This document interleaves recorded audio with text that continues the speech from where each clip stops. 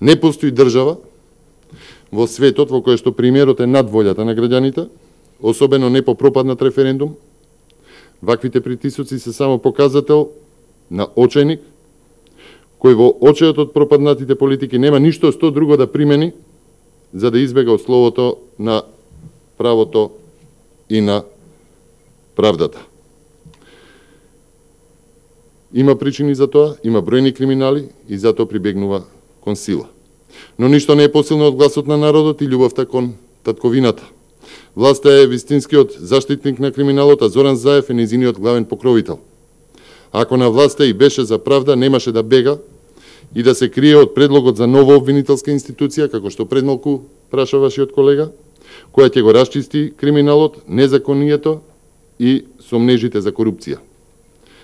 Ја одбија затоа што СЈО им треба за политичка алатка, за политички притисок, а воедно и да ги амнестира од криминалот кој што го прави оваа власт на дневно ниво. Ке подсетам дека власта се занимава со случаи од пред 15 години, а имаме моментален криминал од милиони евра. Само за набавка на учебници се стопија 5,3 милиони евра во 4 очи.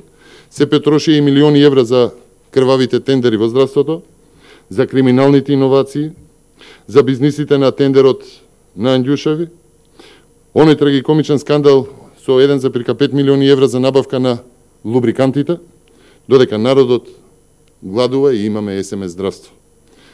Тоа е вистинската хипокризија на оваа власт.